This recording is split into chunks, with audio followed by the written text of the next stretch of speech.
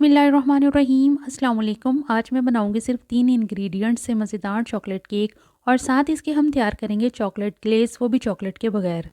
तो चैनल पर न्यू हैं तो इसे ज़रूर सब्सक्राइब कर दें और चलें शुरू करते हैं अपनी इस डिलीशियस सी रेसिपी को बनाना। तो सबसे पहले हम केक रेडी करेंगे, जिसके लिए मैंने मुख्तलिफ़ किस्म के बिस्किट्स लिए हैं, जिससे हमारा केक बहुत ही यमी बनेगा। तो ये 300 ग्राम बिस्किट हैं वज़न के हिसाब से।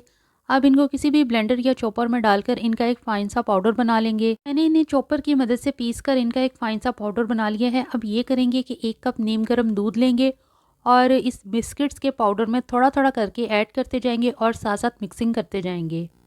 तो जैसे जैसे दूध डालते जाएंगे तो मिक्स करने से हमारा बैटर बहुत ही स्मूथ और शाइनी सा होता जाएगा और ये बिल्कुल स्मूथ बनता है, जिससे हमारा केक बहुत ही ज़्यादा सॉफ्ट और स्मूथ बनेगा। यहाँ आप किसी भी बीटर की मदद से भी इस बैटर को मिक्स कर सकते हैं। तो ये मैंने सारा दूध इसमें डाल दिया है और अब ये जो मिक्सिंग है वो हमारी तकरीबन आलमोस्ट कंप्लीट है और कंसिस्टेंसी इसकी आप देख लें कि ये बैटर जो है वो इतना गाढ़ा होना चाहिए। अब हम इसमें 1 टीस्पून के बराबर बेकिंग पाउडर ऐड करेंगे और बेकिंग पाउडर डालने के बाद बस हम केक को 1 से 1.5 मिनट के लिए मिक्स करेंगे। अब मिक्सिंग हमारी आलमोस्ट कंप्लीट है और आप देख रहे हैं कि बैटर बहुत ही ज़्यादा सॉफ्ट और शाइनी बना है। अब इसे एक साइड पे रखेंगे और कोई सी भी पतीली लेंगे, क्योंकि हम इसे पतीली में बेक कर रहे हैं। अब हमें केक पैन की ज़रूरत नहीं है, तो इसी पतीली को हम ग्रीस करेंगे और इसमें बटर पेपर एडजस्ट करेंगे और जो हमने केक का बैटर बना के रखा हुआ है वो इस पतीली में हम डाल देंगे और इसे बैलेंस कर लेंगे। तो पतीली में भी हमारा केक ऐसे ही सॉफ्ट और स्मूथ बनेगा जैसे हम केक पैन में बनाते हैं। तो पतीली में यहाँ मैंने ऑलमोस्ट सारा बैटर डाल दिया है और इसे बैलेंस कर लिया है। अब हम इसे ऊपर से कवर करेंगे और इसे हम डायरेक्ट फ्लेम पर नहीं रखेंगे।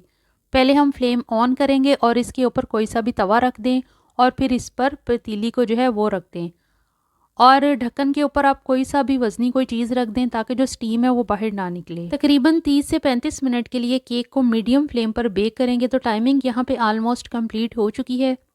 अब यहाँ पर टूथपिक डालकर केक में देख लेते हैं कि केक हमारा रेडी हुआ है कि नहीं। तो टूथपिक जो है वो बिल्कुल क्लियर निकली है, इसका मतलब है कि केक बिल्कुल रेडी है, यानी कि केक बेक हो चुका है। अब यहाँ फ्लेम को बंद कर देंगे और केक को ठंडा होने देंगे।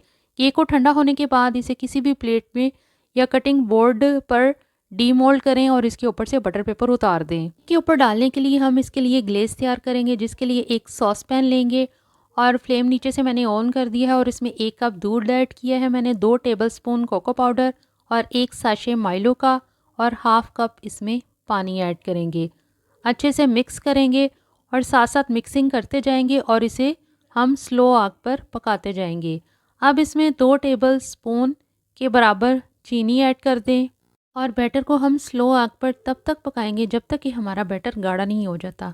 और यहाँ पे बैटर जो है वो गाढ़ा हो चुका है और फ्लेम नीचे से ऑफ कर देंगे और इसके ठंडा होने के बाद इसको हम केक के ऊपर डालेंगे।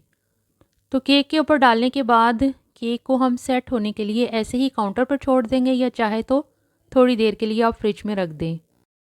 अब आप अपनी मनपसंद कोई सी भी डेकोरेशन करें जो आपको पसंद है और आप इसे चॉकलेट बिस्किट से भी डेकोरेशन कर सकते हैं इसकी केक की।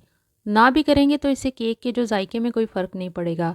तो आज हमने बनाया बहुत ही लो कॉस्ट यानी सिर्फ 3 अज्जा से इतना मज़ेदार और बिल्कुल बेकरी स्टाइल केक।